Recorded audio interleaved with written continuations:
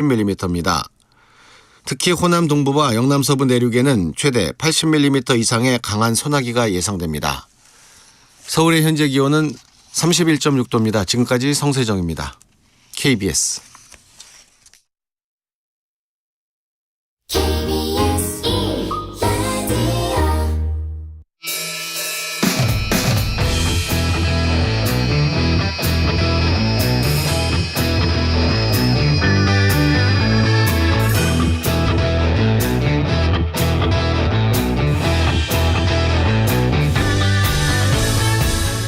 주말 시사의 중심, 정관용의 시사본부. 여러분 안녕하십니까? 정관용입니다. 요즘 뉴스를 보면 이게 정말 현실인가 싶어 눈을 비비게 될 때가 있습니다. 최근 연이어 발생한 흉기 난동 사건에 이어서 이 대낮 신림동 등산로에서 일면식도 없는 여성을 무차별 폭행하고 성폭행한 사건이 벌어지기도 했죠. 나쁜 소문은 지붕마루로부터 울려나간다, 이런 속담처럼 유독 나쁜 일들이 부각이 되는 것인지, 아니면 우리 사회가 정말 이렇게 삭막하고 무섭게 변모해가는 것인지 걱정이 큽니다. 오송 지하차도에서 얼굴도 모르는 이웃의 생명을 구한 시민들, 또 흉기 난동 현장에서 범인을 제압하고 부상자들을 돌본 분들의 이야기들, 상대적으로 낮게 울리는 것 같아요. 걸음이 느린 따뜻한 소식들이 많아져서 나쁜 소식들이 덮어질 수 있는 날들이 왔으면 좋겠습니다. 정관용의 시사본부 토요일 순서 시작합니다. 먼저 도로공사 연결해서 고속도로 상황 전해드리죠. 이주윤 캐스터. 네, 더위를 피해서 산으로 바다로 떠나는 분들이 많습니다. 특히 오늘도 강원도 가기가 힘든데요. 서울 양양선 양양 쪽 덕소 3패부터 서종까지 20km나 한 번에 막히고요. 강원권 진입에서는 춘천과 홍천, 내촌 일대에서 짧게 주춤합니다. 영동선 강릉 방향으로는 마성터널부터 용인지나 양재까지 밀린 뒤 다시 한번 원주를 시작으로 새마을 지날 때까지도 길게 정체입니다. 충청권 지나는 차들도 많은데요. 경부선 부산 방향으로는 망향 휴게소와 천안 휴게소 사이 길게 막히고요. 그래도 지금 중부선은 충청 지역 상황이 많이 어렵진 않습니다. 남이 방향으로 산곡 분기점과 경기 광주, 호법 일대에서 2-3km 구간 밀립니다. 호남 지역과 이어지는 서해안선은 목포 방향 서평택부터 서해대교까지가 힘들고요. 이제 반대 서울 쪽으로도 매송과 금천 중심으로 주춤합니다. 나들이 정체는 오후 3시 무렵에 대부분 해소될 걸로 보입니다. 지금까지 한국도로공사 교통센터 이주윤이었습니다.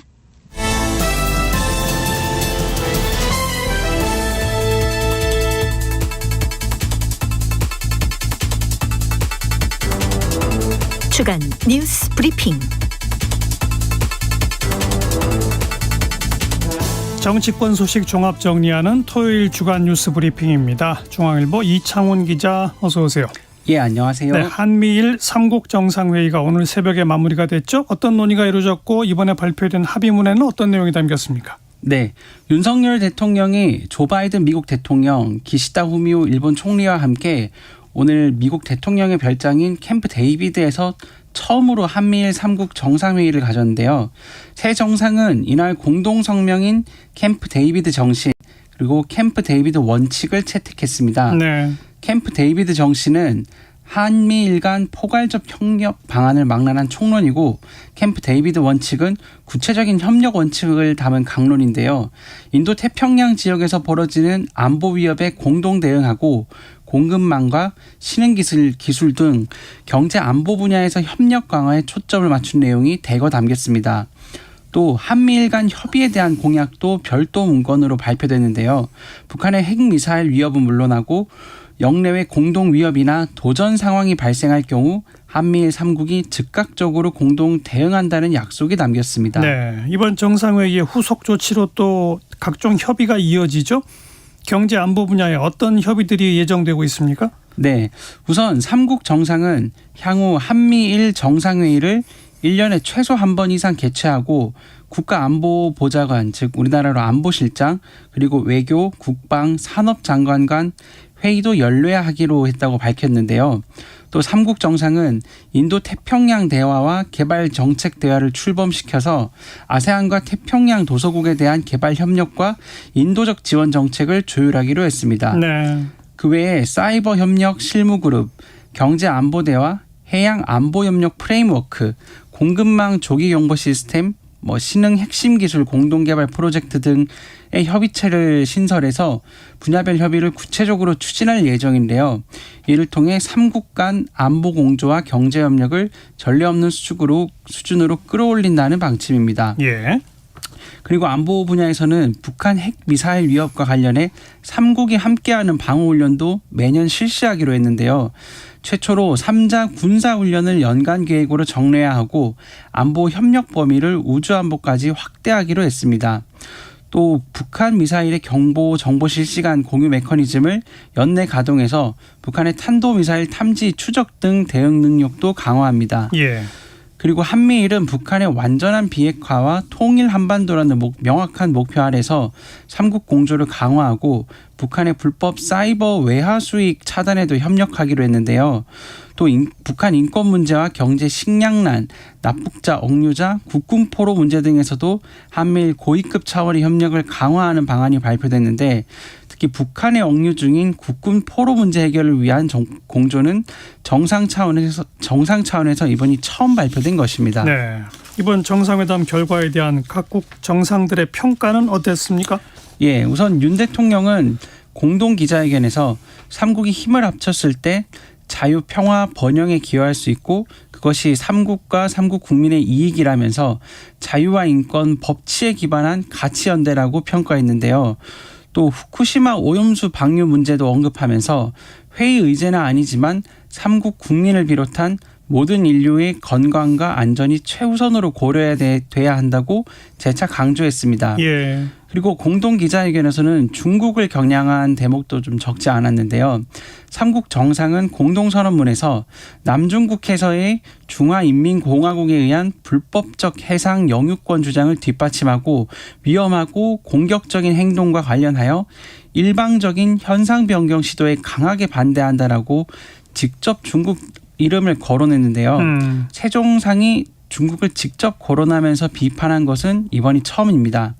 그리고 기시다 총리는 한 걸음 더 나아가서 법의 지배에 입각한 자유롭고 열린 국제 질서가 위기에 처해 있다라면서 북한과 중국, 러시아의 국제적인 위협을 거론하기도 했는데요. 네. 바이든 대통령이 오히려 정상회담은 중국에 대한 반대가 아니다라고 애써 강조하기도 했지만 뉴욕타임즈는 합의 내용에는 중국 문제가 비중 있게 반영돼 있다.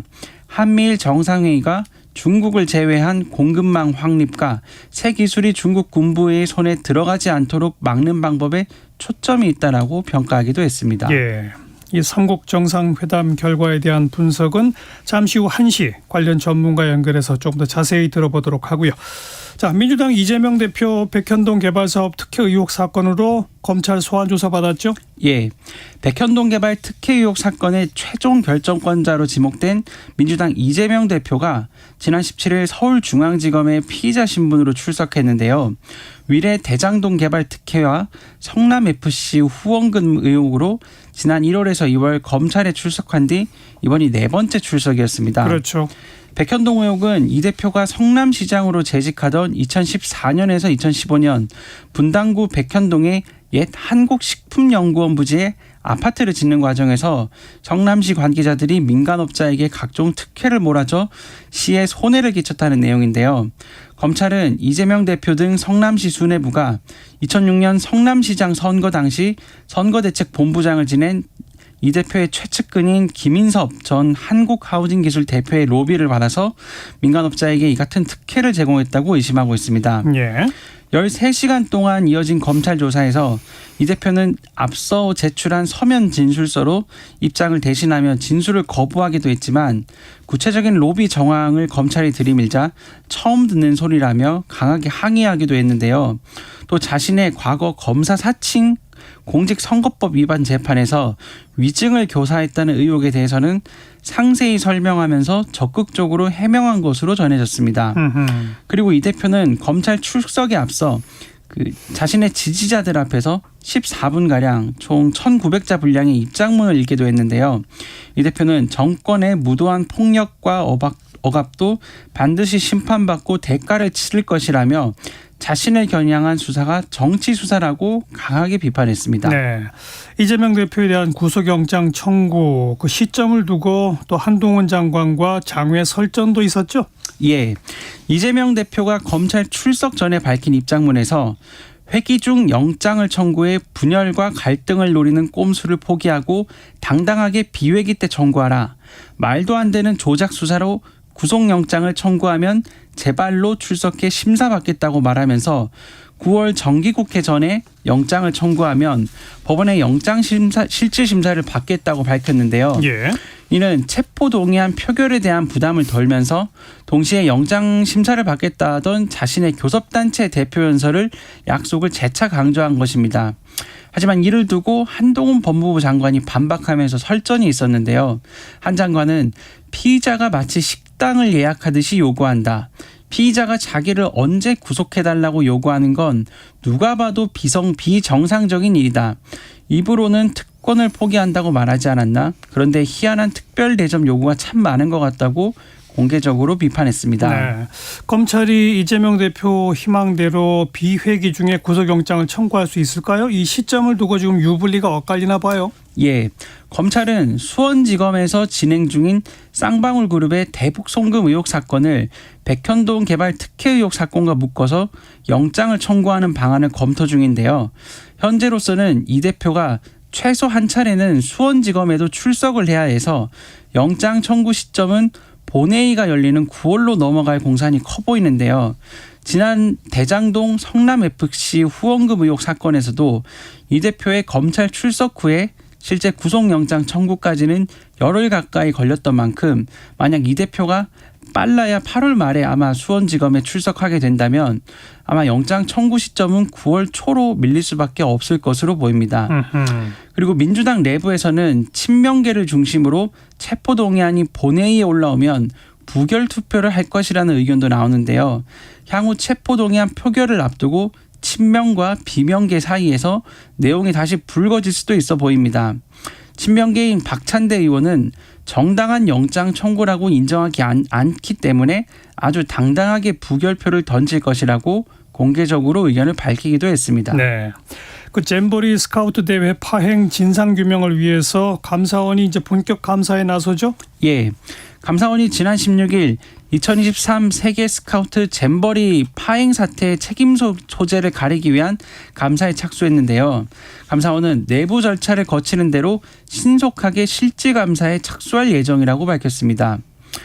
감사원의 감사 절차는 우선 그 감사 대상 기관들을 상대로 자료를 먼저 수집하고 이를 정리한 내용을 바탕으로 직접 조사를 나가는 실지 감사를 하는데요. 예. 감사원이 말한 감사 준비 단계 착수란 자료 수집을 한다는 것으로 사실상 감사에 착수했다는 의미입니다. 그렇죠. 그리고 이번 감사를 위해서는 사회복지감사국의 1, 2, 3과 인력 전원이 투입되는데요. 30명에서 40명 규모로 구성되는 이번 감사단은 사전 대회 준비부터 예산 집행과 현장 진행까지 행사 전반을 감사할 예정이라고 합니다.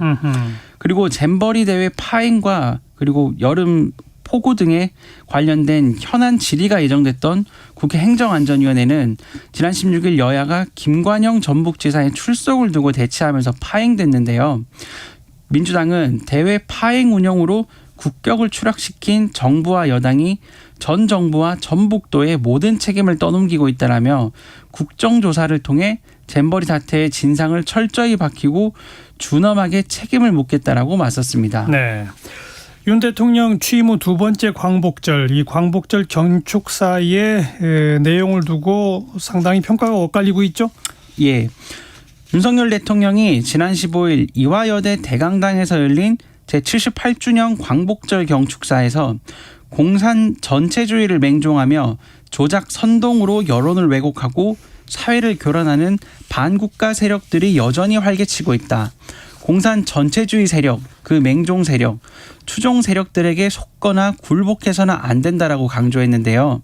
이를 두고 일부 야권과 진보 시민단체를 공산 전체주의 맹종 세력으로 정조준했다는 해석이 나오면서 야당은 강력 반발했습니다. 그래서 민주당은 그 광복절 경축사를 두고 대통령의 경축사는 극우 유튜버의 독백이나 다름없다. 대통령이 극우 유튜버 채널에 취해서 유신 시대를 살고 있는 것은 아닌지 깊이 의심된다라고 성토했는데요. 네. 윤 대통령이 지난해 광복절 경축사에서 공산이란 단어를 3번 언급한 것과 비교하면 이번 경축사에서는 총 8번을 언급하면서 실제 언급이 크게 늘기도 했습니다. 그리고 일본에 대해서는 보편적 가치를 공유하고 공동의 이익을 추구하는 파트너, 한일 양국은 안보와 경제의 협력 파트너로서 미래지향적으로 협력하고 교류해 나가면서 세계의 평화와 번영에 함께 기여할 수 있을 것이라면서 관계 개선에 방점을 찍은 내용들이 경축사에 담겼는데요. 역대 대통령들이 언급해온 과거사 문제를 거론하지 않은 것이 눈에 띄었습니다. 그렇죠. 그러자 민주당 이재명 대표는 이를 두고 소위 자유와 인권을 공유하는 일본과의 군사 협력 강화를 선언하는 경축사가 낭독됐다라며 시대착오적인 연설이었다고 강하게 비판하기도 했습니다. 네. 이번 광복절 특사에 김태우 전 강서구청장이 포함됐죠. 대법원 유죄 확정된 지 석 달 만에 사면 복권이에요. 예. 정부는 중소기업인과 소상공인 등 일반 형사범과 경제인, 정치인 등 2,176명에 대해 지난 15일자로 광복절 특별 사면을 단행했는데요. 박찬구 금호 석유화학그룹 명예회장, 이중근 부영그룹 창업주 등 경제인 사명에 방점을 찍었다고 밝혔지만 김태우 전 강서구청장과 일부 정치인도 함께 사면 복권 명단에 포함됐습니다. 네. 검찰 수사관 출신으로 문재인 정부 청와대 민정수석실 특별감찰반원으로 근무한 김 전 구청장은 2018년 말에 특감반과 조국 당시 청와대 민정수석 관련 의혹들을 폭로했는데요. 이 과정에서 공무상 알게 된 비밀을 언론 등을 통해 누설한 혐의로 기소돼 지난 5월 대법원에서 징역 1년에 집행유예 2년이 확정됐고 구청장직을 상실했습니다. 그랬죠. 야당은 유죄 확정 3개월 만에 복권에 대해 후안무치다, 반헌법적인 행동이라고 강하게 비판했는데요. 김 전 구청장은 어제 오는 10월 열리는 강서구청장 보궐선거에 예비후보자로 등록한 사실을 공개하며 출마를 공식화했습니다. 네. 국회에서는 이동관 방송통신위원장 후보자에 대한 인사청문회가 열렸죠. 어떤 내용들이 거론됐습니까? 예. 어제 국회 과학기술정보방송통신위원회에서는 이동관 방송통신위원장 후보자의 인사청문회가 열렸는데요. 이 후보자 자녀의 학교폭력과 언론 장악 의혹을 두고 여야가 충돌했습니다. 민주당은 이 후보자가 자녀 학교폭력 사건 당시 학교의 외압을 행사해 특혜를 받았고 이명박 정부 청와대 대변인과 홍보수석으로 재직할 당시 언론 장악을 주도했다며 공세를 폈는데요. 네. 국민의힘은 자녀 학폭 사건은 학생 간 화해로 전학 조치됐고 왜곡된 뉴스에 대해 언론과 이야기하는 것은 대변인이나 홍보수석으로서 당연히 해야 할 일이라고 반박했습니다. 그리고 이 후보자는 청문회에서 자녀 학폭 의혹에 대해 일부 있었을 것이라고 인정했는데요. 다만 학폭위를 열지 않은 것에 대해서는 학폭위를 열어서 처벌할 정도의 내용이 아니라고 학교에서 판단했을 것이라고 해명했습니다. 또 민주당은 이명박 정부 시절 이 후보자가 언론인을 사찰했다는 의혹도 집중 추궁했는데요. 예. 이 후보자는 보고서 존재 자체는 사실이겠지만 모니터 수준의 것이라고 반박했습니다. 그러면서 이 후보자는 KBS와 MBC 등 공영방송을 겨냥해 공영방송의 가장 큰 문제를 해결하기 위해서는 권력이나 자본으로부터의 독립이 아니라 노조로부터의 독립이 필요하다라고 강조하기도 했습니다. 네, 여기까지 할까요? 중앙일보 이차훈 기자였습니다. 고맙습니다. 예, 감사합니다. 정관용의 시사본부 듣고 계시고 12시 29분입니다. 기상청 또 교통정보센터 차례로 연결해 보죠. 먼저 기상청의 박다효 씨. 네, 이번 주말 무더위 속 강한 비나 소나기에 주의하셔야겠습니다. 남부와 제주도의 비가 대부분 그쳤지만 국지적으로 소나기가 쏟아질 수 있습니다. 내일 새벽까지 전국 곳곳에 5에서 최대 60mm가 지나겠고요. 그중 전라 동부 내륙과 경상 서부 내륙은 80mm가 넘게 오는 곳이 있겠습니다. 부산, 울산, 경남, 남해안은 오늘 저녁까지 최대 60에서 80mm의 비가 더 내릴 텐데요. 시간당 30에서 50mm로 강하게 집중되는 곳이 있어 주의가 필요합니다. 오늘 낮 기온은 서울과 대전, 제주 32도, 춘천, 광주 33도, 대구 31도 안팎까지 오르겠고요. 습도가 높아 체감상 더 덥게 느껴지겠습니다. 당분간 경상권 해안엔 높은 너울이 유입돼 휴가철 안전에 유의하셔야겠습니다. 모레까지 곳곳에 소나기가 내린 뒤 화요일엔 중부지방에 비가 오겠고요. 수요일과 목요일엔 전국에 비가 내릴 전망입니다. 지금 서울의 기온은 32.3도입니다. 날씨 정보였습니다. 이어서 이 시각 교통정보입니다. KBS 교통정보센터의 정현정 씨입니다. 네, 현재 고속도로는 돌발 구간이 많은데요. 서울 양양고속도로 서울 쪽입니다. 인제터널 부근에서는 고장난 차가 서 있고요. 서종 부근 1차로는 승용차 사고 있어서 처리하고 있습니다. 영동고속도로 강릉 쪽으로 둔대분기점에서 군포까지는 2km가량 정체고요. 마성터널에서 용인까지 밀리고 있습니다. 용인에서 양지터널까지는 6km가량 정체고요. 원주 부근에서 새말까지 9km 구간 천천히 갑니다. 둔내 부근에서도 짧게 막히다가 동둔내 하이패스에서 둔내터널까지 정체 이어지고요. 봉평터널에서 봉평터널 출구까지도 막히고 있습니다.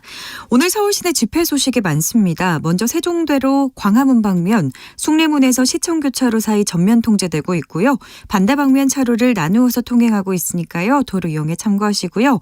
또 오후 2시에 예정되어 있는 집회 준비로 인해서 의사당대로 국회의사당역에서 여의도공원 교차로 양방면 하위 3개 차로씩 부분 통제되고 있습니다.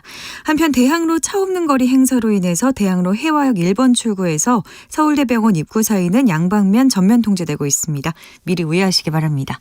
KBS 교통정보센터에서 정현정입니다. 날카로운 시선으로 꿰뚫는 주말 뉴스. 정관용의 시사본부. 내년 총선 이제 8개월이 앞으로 다가왔죠. 사실 국민의힘, 더불어민주당 양당에서는 사실 총선 준비가 한참입니다. 자, 이 시간 여야의 젊은 정치인들을 차례로 연결해서 각 당 내부 사정을 좀 살펴보려고 합니다. 먼저 국민의힘 전 비대위원이시죠. 순천의 천하람 당협위원장입니다. 안녕하세요. 네, 안녕하십니까. 오랜만에 인사드립니다. 오래간만입니다. 예, 근데 제가 오랜만에 나가서 그런지 제가 비대위원은 아니었고 전 혁신위원이었습니다. 아, 혁신위원이었었죠. 네. 예. 순천에 출마하실 거죠? 아, 그럼요. 공천 받을 자신 있으세요? 네, 순천에서까지 공천을 못 받으면 좀 문제가 있는 거 아니겠습니까? 자신 있습니다. 네. 뭐 그 얘기는 순천 지역에서는 국민의힘 안에 별로 경쟁 상대가 없다? 사실은 이제 이정현 전 대표님께서 꼭 경선을 하자라고 하시면은 매우 강력한 경쟁 상대인데 사실 지금 호남에 지역구는 많은 거에 비해 가지고 좀 그 좋은 후보가 그렇게 많지 않습니다. 그러다 보니까 이정현 대표님도 좀 다른 지역구에 가시겠다라는 입장이라서 그런 상황이라면은 아마도 뭐 제가 누가 오시더라도 경선에서는 이길 수 있지 않을까 생각합니다. 국민의힘은 호남 쪽에서 사실 의석 배출하기가 어려우니까 그쪽에 정치하려는 분들 자체가 얼마 없죠. 네, 그래서 저는 사실은 뭐 양질의 후보분이라면 기회가 뭐 어려워지고 이런 걸 떠나가지고 뭐 누구든지 와주시면 환영입니다. 그런데 그만큼 국민의힘 쪽에서는 호남에서 당선자 내기가 너무나 어려운 것인데 이 천하람 위원장 자신 있으세요? 네, 제가 이제 요새 다른 정당에서 하는 뭐 여론조사나 이런 것들도 쭉 보고 있는데 내부용이라서 말씀드릴 수는 없지만 생각보다는 그래도 가능성이 보이는 뭐 그런 상황입니다. 아, 그래요? 네네. 그런데 중요한 건 이제 전체 총선판이 어떻게 짜여지느냐, 국민들이 국민의힘에 대한 어느 정도의 지지를 보여주느냐라는 구도가 더 중요한 거 아닙니까? 네, 맞습니다. 그리고 지금 보면은 국민의힘이 자꾸 좀 위축된다고 해야 될까요?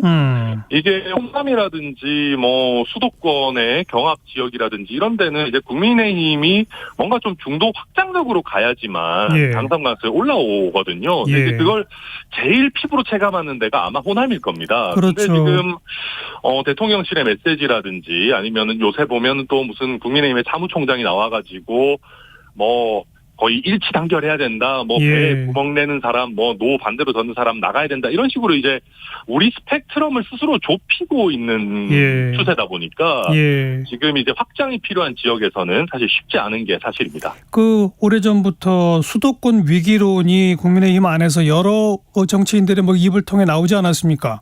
네. 그런데도 불구하고 당의 노선이나 뭐 방향은 변화가 없어요. 우선 아셔야 될 게 현역 프리미엄이라는 게 생각보다 큽니다. 총선에 있어가지고. 예예. 근데 저희가 수도권 강북, 그러니까 서울 강북 지역이나 경기권 대부분 뭐 이번 총선뿐만 아니라 지난 총선에도 당선자를 못 낸 지역들이 많습니다. 예예. 그러면은 저희가 현역 프리미엄을 꺾고 이기려고 한다면은 바람 자체가 내지는 구도 자체가 저희에게 굉장히 유리해져야 예예. 이길 수 있는 것이거든요. 사실 지난번 지방선거 저희 분위기가 그렇게 좋았음에도 불구하고 경기권에서는 사실 신통치가 못했습니다. 예. 그런 것들을 보면 저희가 굉장히 그 세대적으로나 지역적으로나 아니면은 이념적으로 중도층에 대한 확장을 확 하지 못하면은 네네. 예, 생각보다 어렵다. 그래서 그리고 또 한 가지는 예. 호남보다 영남이 인구수가 많잖아요. 그렇죠. 그러면 저희가 전국 단위 지표 조사에서 예를 들면 한 40%대가 나온다. 해도 이게 영남권 인구수가 많기 때문에 예. 호남을 기반으로 하고 있는 민주당에 비해 가지고 우리가 수도권에서 확실하게 앞서 나간다라고 할 수 없는 상황이거든요. 예. 그런 것들까지 종합적으로 잘 봐야 됩니다. 네. 그러니까 지난 대통령 선거에서는 뭐 이준석 전 대표의 청년층도 있었고 안철수 후보와의 단일화도 있었고 어찌 보면 다 긁어모을 수 있는 모든 자원을 총망라 긁어모아서 겨우 0. 몇 % 차이로 이겼던 거 아닙니까? 맞습니다. 근데 그 후에 지금 이준석 전 대표 내쳤죠. 뭐 안철수 후보랑 뭐 상당히 껄끄러운 관계죠. 뭐 유승민 전 그 원내대표 같은 경우하고는 뭐 일찌감치 선을 긋고 있죠. 그러니까 하나하나 뺄셈 정치하고 있는 거 아닌가요? 그러니까 제가 걱정하는 게 그러니까 지금 보면 그러니까 이게 정당이라는 게 총선에서 이기려면은 사실 우리나라 정당들이 정치를 그렇게 썩 잘하지는 못하지 않습니까? 저희가 포함해가지고. 예. 그러면은 해당 정당의 현재는 조금 마음에 안 들더라도 그래도 여기에 미래에 희망이 있겠다를 좀 보여드려야 됩니다. 예. 그러다 보니까 그때 이제 그 시즌 되면은 공천 혁신도 하고 물갈이도 하고 서로 막 경쟁적으로 그런 거 하는 거 아니겠습니까? 그렇죠. 근데 그러려면 국민들께서 믿음을 보내주실 만한 여러 어떤 선수들이 있어야 돼요. 예. 근데 지금 국민의힘의 전략은 보면 대통령 지지하는 사람 아니면은 다 필요 없다. 약간 이렇게 보여요. 예. 지금 보면 말씀하신 것처럼 유승민, 이준석, 안철수, 나경원, 홍준표 뭐 이런 분들을 다 지금 멀리 하고 있지 않습니까? 예. 그렇게 되면은 예를 들어서 내가 현재의 정부 여당의 모습은 별로 지지하지 않지만 뭐 미래의 이 당에 그래도 발전 가능성이 민주당보다는 저 지금 뭐 난리치고 있는 민주당보다는 그래도 국민의힘에 힘을 실어주는 게 앞으로 좀 더 낫겠어라는 그걸 지금 저희가 스스로 그럴 요소들을 쳐내고 있다는 거죠. 예. 대통령 지지하는 30몇 %는 뭐 앞에 언급하신 그런 다양한 인물들이 있다고 해서 이 당을 안 찍을 분들이 아니잖아요. 그렇죠. 근데 문제는 30몇 % 가지고 저희가 특히 수도권 격전지에서 이길 수 있느냐의 문제인데 30몇 %면 전패죠, 전패. 네, 그래서 저희가 확장을 하려면 거기에 이제 뭐 중앙에서 여러 사람들이 선대위원장으로도 뛰고 메신저로도 뛰면서 거기에다가 저희가 이제 개별 지역구의 인물 경쟁력까지 합해져야 겨우 이제 50%를 넘을까 말까한 상황인데 수도권에서는 지금 그게 잘 그 어떤 방정식이 제대로 안 짜여지고 있는 그런 상황으로 보입니다. 지금 국민의힘이 조직강화 특별위원회를 곧 새로운 인선을 발표할 예정이라면서요? 맞습니까? 네. 근데 이거는 제가 봤을 때는 또 뺄셈 정치하는 거 아닌가 걱정이에요. 아니 그러니까 이 조직강화 특별위원회가 새롭게 구성되면 현역 물갈이론, 뭐 새로운 인물 수혈론 이런 걸 들고 나오면서 강력한 당무 감사를 벌여가지고 부실한 당협위원장을 과감히 교체하겠다 이러던데 그럼 이제 어떤 사람들을 어떻게 교체하고 어떤 사람들을 심겠다는 겁니까? 그러니까 뭐 물론 이거는 뭐 제 추측입니다만은 지금 이제 국민의힘의 사무총장 이철규 사무총장이 나와가지고 뭐 아까 말씀드렸던 것처럼 뭐 배에 구멍 내는 사람은 승선할 수 없다 이런 얘기를 계속 하는 걸 보면 코드 안 맞는 사람 쳐내는 쪽으로 가지 않을까 걱정이 됩니다. 그래서 사실은 뭐 이런저런 뭐 성과 지표를 가지고 하고 뭐 하고 하겠지만은 글쎄요, 제가 봤을 때는 지금 어떤 우리 정부 여당의 주류나 핵심이라고 하는 사람들을 쳐낼까요? 저는 그것보다는 오히려 비주류 내지는 뭐 비윤이다, 반윤이다라고 평가받는 인사들을 어떤 절차를 거쳐가지고 당협위원장에서 배제하는 그런 절차로 풀리지 않을까 우려를 가지고 보고 있습니다. 뭐 사실 대통령과 코드를 맞춰야 되지만 대통령이 그럼요. 하는 건 뭐든지 다 잘했다. 이렇게 하면 좀 곤란한 거 아니냐 이 말씀인 거죠? 네, 맞습니다. 사실은 저희가 여당이고 윤석열 정부를 탄생시킨 지금 집권당이기 때문에 당연히 지원하고 돕고 해야죠. 근데 문제는 이제 그것만 해도 되는 거였으면은 지금 저희가 정권 교체 했겠습니까? 그 과거 문재인 정부 때도 민주당이 어떤 뭐랄까요 제대로 된 견제와 또 비판을 못했기 때문에 저희가 승리한 것인데 그런 우를 저희도 반복해서는 안 되겠다 그런 생각입니다. 근데 뭐 사실 뭐 비윤 반윤으로 분류되는 분들도 몇 명 없잖아요, 사실 지금도. 네, 사실 한 줌입니다. 그죠? 그런데 이제 지금 걱정은 그나마 그분들을 내치고 코드 맞는 측근 인사들로 간다. 그러면 정말 검찰 출신을 많이 공천할까요? 그러니까 제가 생각했을 때는 뭐 지금 현직에 있는 뭐 검사들을 막 차출하고 이러지 않겠지만은 아마 대통령이 지금 이제 대통령실에 불러다가 쓰고 있거나 아니면 공공기관으로 이제 보낸 그런 검찰 출신 인사들은 꽤 많이 기용하지 않을까 싶고요. 근데 인지상정이죠. 어떻게 보면 대통령도 본인과 뜻이 잘 맞는 분들이 여의도에 있었으면 좋겠다 하실 텐데 문제는 그게 낙하산 태우는 전략 공천의 형태가 되면은 선거가 굉장히 어려워질 겁니다. 그 한동훈 장관은 출마할까요? 저도 잘 모르겠습니다. 본인은 뭐 별로 안 하고 싶어 한다는 소식도 뭐 저도 그냥 전에도 듣고 뭐 이런저런 얘기도 듣고는 있는데 지금 이런 분위기로 가서 저희가 수도권 선거가 어려워진다면은 차출론이 점점 더 목소리가 커지긴 할 겁니다. 만약 차출돼서 수도권 출마하면 국민의힘의 전체 구도에는 도움이 됩니까? 저는 대통령 지지층이 좀 더 결집하고 적극적으로 투표장에 나오는 데는 도움이 될 수 있다고 보는데 그걸 뛰어넘는 확장성이 있을지는 솔직히 저는 좀 회의적으로 보고 있습니다. 워낙 또 그 대통령과 한동훈 장관은 뭔가 이렇게 뭐랄까요 일체 관계로 사실 비춰지기 때문입니다.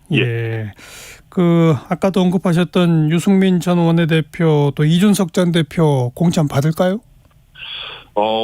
요새 보면은 뭐 이준석 대표는 청년층의 지지를 그래도 견인할 수 있으니까 끌고 가야 되고 유승민 전 의원은 안 된다라는 얘기를 당내에서들 많이 하는데요.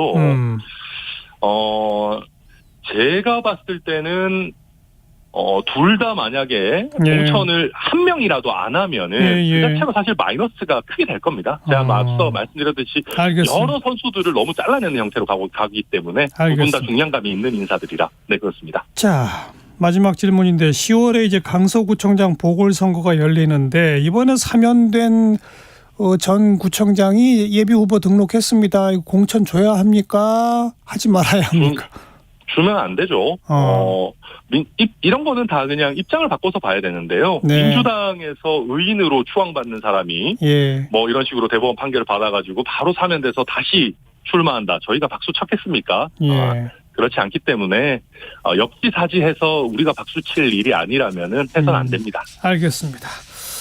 국민의힘 순천 천하람 당협위원장이었어요. 고맙습니다. 네, 감사합니다. 자, 이번에는 민주당의 장경태 최고위원 연결합니다. 안녕하세요.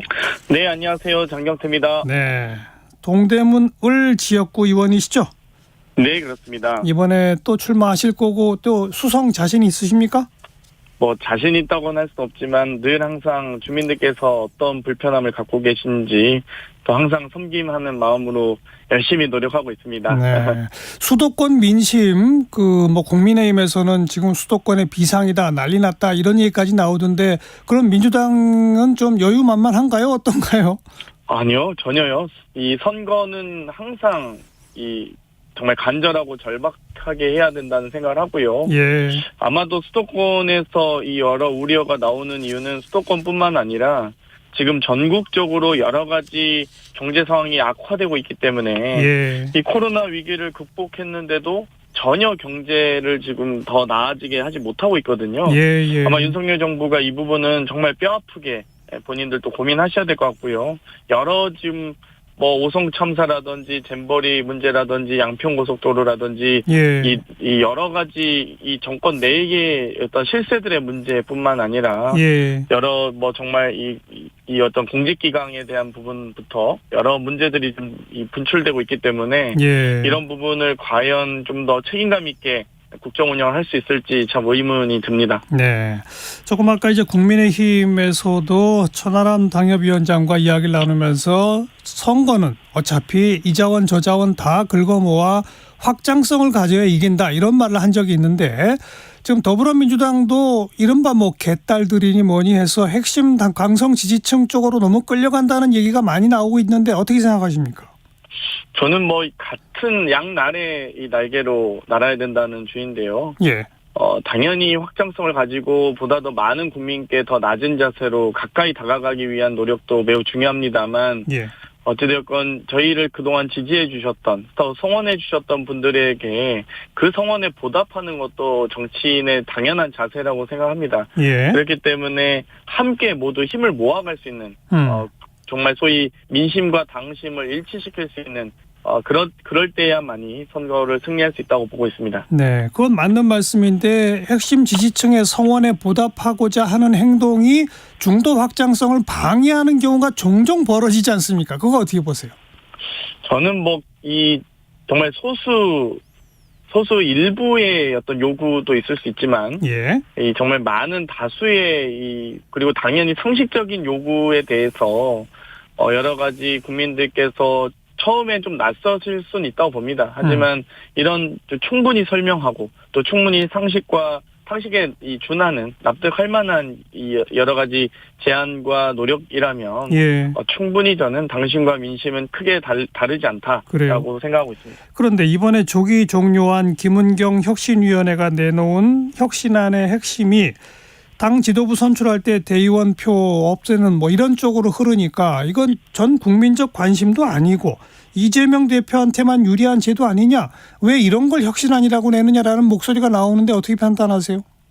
저는 기본적으로 대의원제 논쟁 자체가 좀 후진 논쟁이라고 생각하고 있습니다. 예. 예를 들면 국민의힘처럼 이 국민을 몇 % 반영할지 당원과 국민의 비율을 어떻게 할지 이런 논쟁이 좀 더 건설적이고 그렇죠. 미래지향적이지 예. 지금 당원과 대의원 비율을 어떻게 할 것인지 사실 국민들은 전혀 모르지 않습니까? 그러니까요. 오히려 대의원 제도라는 것 자체도 예. 국민의힘과 정의당 등의 다른 정당에서는 찾아볼 수 없는 좀 오래된 제도입니다. 예. 그렇기 때문에 매번 혁신위가 있을 때마다 이걸 고쳐야 된다, 수정해야 된다 이런 논쟁이 있었는데요.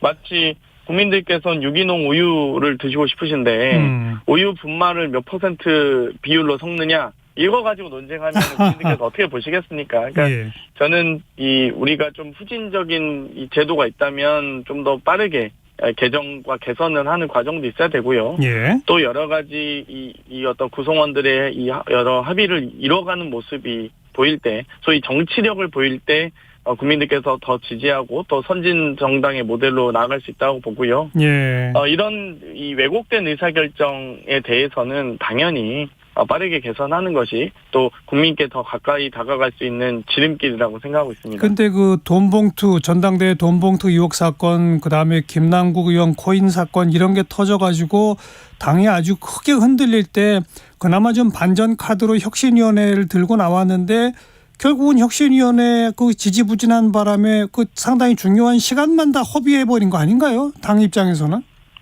여러 차례 혁신위에서 또 혁신안을 또 제안도 하고 국민들의 상식에 납득할 만한 제안을 하기 위해서 많은 노력을 했습니다. 저도 혁신위가 초반에 좀 너무 좀 조급함이 있는 거 아니냐라는 우려가 있었는데요. 또 여러 가지 우려와 또 어려움 속에서도 자기 페이스를 되찾고 또 혁신안에 대해서 그래도 제안해 주신 것에 대해서 대단히 감사히 생각하고 있고요. 혁신은 사실 가장 어려운 게 혁신입니다. 말 그대로 뼈를 깎는 고통을 스스로 감내해야 되는 과정이기 때문에 예. 혁신위가 혁신을 제대로 했냐 못했냐라는 평가보다는 혁신 노력과 의지를 높이 사는 게 보다 더 바람직한 자세라고 생각하고 있습니다. 당연히 혁신의 과정은 어렵습니다. 네. 그런데 아무튼 조금 아까 언급하신 것처럼 지금 뭐 경제 상황도 안 좋고 게다가 뭐 양평 고속도로 문제 그리고 이 일본의 그 후쿠시마 오염수 문제 등등 이 윤석열 정부의 여러 가지 악재들이 쌓여가고 있음에도 불구하고 민주당으로 국민의 지지도가 가지 못하는 게 이 돈봉투 의혹 또 김남국 코인 사건 이런 걸 돌파할 새로운 어떤 혁신위의 모습 전혀 보여주지 못했기 때문 아니냐 이 지적에 대해서는. 맞습니다. 저희도 여러 가지 이 반전의 모멘텀이 있을 때마다 예. 이 소위 검찰발 여러 사건들이 그러니까요. 또 뭐 잊혀질만 하면 소환하고 잊혀질만 하면 뭔가 터뜨리고 예. 이 소위 우리나라가 지금 양당 체제인가 뭐 혹은 여러 가지 다당제이긴 합니다만 소위 국민의힘과 민주당 또 검찰당 세 당이 각축전을 벌이는 인상마저 갖고 있거든요. 그래서 저는 정말 수사기관이라면 정치에 개입하실 게 아니라 보다 더 수사기관 본연의 모습을 되찾으셨으면 좋겠다라고 좀 조언드리고 싶고요. 네. 어찌됐건 그럼에도 불구하고 저는 오히려 이런 이 지지율 답보 상태가 예. 지지율도 많이 지금 그래도 이 야당임에도 불구하고 상당히 선전하고 있긴 합니다만 어찌됐건 그런 뭐 국민의힘의 뭐 앵커께서 말씀하셨듯이 정권의 무능에서도에도 불구하고 왜 민주당의 이 지지율이 급상승하지 않느냐라는 예. 질문에 대해서는 예. 저는 여러 가지 이 악재들을 먼저 사전적으로 좀 털어내고 있다라고 좀 말씀드리고 싶어요. 예. 그러니까 막상 총선 목전에 두고 그런 사건이 발생하기보다는 예. 아마 검찰이 쓸 수 있는 카드를 모두 소진시키는 게 아마 보다 더 뭐 총선 전망엔 나을 수 있다. 그래서 저희가 어찌됐건 지지율을 뭐 아주 급격히 상승하진 않지만 또 그렇다고 해서 급격히 떨어지고 있는 것도 아닙니다. 네. 그렇기 때문에 지금은 충분히 예. 여러 가지 이런 어려움 속에서도 잘 이겨나가는 것이 야당으로서 슬기로운 야당 생활을 하는 과정이다 이렇게 보고 있습니다. 자, 이 검찰발 뉴스에 또 잊을만 하면 나오는 게 이재명 대표 아닙니까? 지금 구속영장 청구가 있을 것으로 예상이 되고 또 특히 재판받고 있는 선거법 위반 재판의 1심 선고도 조만간 내려질 것 같은데 어떻게 1심에서는 무죄 또 구속영장 청구해도 영장실질심사에서 기각 자신하세요?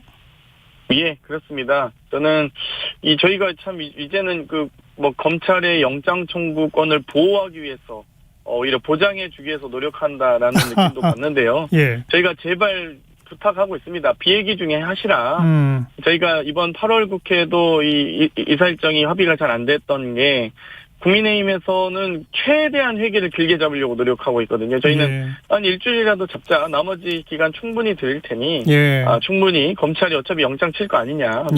열심히 치시고 비회기 중에 하시고 저희도 제대로 된 절차에 맞게 영장 실질 심사를 받겠다. 법원의 판단을 받겠다. 뭐 영장이야 검찰의 자기들의 권한이니까 아무 때나 마음대로 칠 수 있는 거잖아요. 그런데 법원에서 저희는 제대로 된 판단을 받겠다는 것이고요. 그러니까 아무튼 법원의 판단을 받으면 절대 구속될 리가 없다 이런 말씀이신 거죠. 뭐 자신하고 있습니다. 대장동 재판, 뭐 선거법 재판 지금 다 검찰이 거의 패소가 지금 짙어지고 있지 않습니까? 많은 분들이 지금 재판 과정을 잘 모르실 텐데요. 법원에서 거의 비웃음거리로 전락하고 있는 것도 사실입니다. 자, 알겠습니다. 자신하고 있습니다. 만에 하나라도 선거법 위반 1심 유죄가 나온다든지 구속영장이 집행되면 그때는 어떻게 됩니까? 그럼에도 불구하고 이재명 대표 체제로 간다는 목소리 있던데 그 점에 대해서 어떻게 생각하세요? 뭐 일단 가정을 하고 마치 범죄자면 어떻게 할 거냐라고 가정을 하고 할 수는 없는데요. 예, 그런 것들을 가정하고는 어려운 것 같습니다. 네. 그래서 말씀드리긴 어렵지만, 어찌되었건, 그렇습니다. 가정하고 말씀드리기가 참 어려운데, 저희는 자신하고 있고, 구속될 리도 유죄받을 리도 없기 때문에 내년 총선은 이재명 대표 체제로 그냥 간다. 이 말씀인가요? 뭐 일단은 그럴 가능성이 없기 때문에 뭐 현재 상황에서는 큰 변동은 없을 거라 보고요. 그러니까 어찌됐건 이 검찰도 실질적인 증거, 어떤 여러 가지 혐의에 대해서 입증을 하셔야 되는데 예. 지금 전언 혹은 의혹만을 가지고 이게 정말 제1야당의 대표를 뭐 정말 제집 드나들듯 정말 압수수색을 한다든지 소환한다든지 그러고 있지 않습니까? 정말 이렇게 무도한 정권이 언제 있었나 싶을 정도로 정말 너무 그렇습니다. 너무 참 이 무소불위의 권력을 휘두르고 있다 이렇게 말씀드리겠습니다. 알겠습니다. 여기까지 말씀드릴게요. 민주당의 장경태 최고위원이었습니다. 고맙습니다. 네, 감사합니다. 네, 정관용의 시사본부 1부 마칩니다. 잠시 후 1시 2부에 다시 오죠.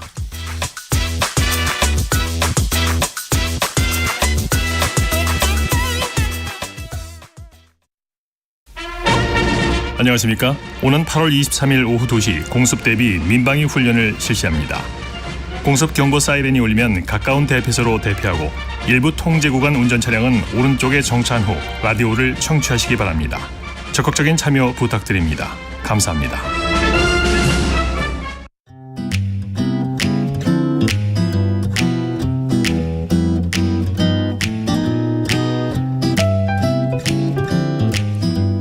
안녕하세요. 바른말 고운말입니다. 8월은 여름 휴가를 많이 가는 시기죠. 여행 갈 때 여러분은 짐을 많이 가져가는 편인가요? 아니면 필요한 것만 챙기는 편이신가요? 짧은 기간 여행을 가는데도 왠지 꼭 필요할 때가 있을 것 같다면서 이것저것 많이 챙겨 떠나는 분들도 있는데요. 그런데 바로 그 짐 때문에 여행에서 고생하게 될 때가 있다는 점도 염두에 두시면 좋겠습니다. 이렇게 물건 같은 것이 크거나 무겁거나 해서 다루기가 거북하다는 것을 표현할 때 거추장스럽다와 거치장스럽다를 모두 들을 수 있는데 이 중에서 맞는 표현은 거추장스럽답니다. 이 표현의 기본 의미는 물건 따위가 크거나 무겁거나 하여 다루기가 거북하고 주체스럽다인데요. 여기서 주체스럽다는 처리하기 어려울 만큼 짐스럽고 귀찮은 데가 있다.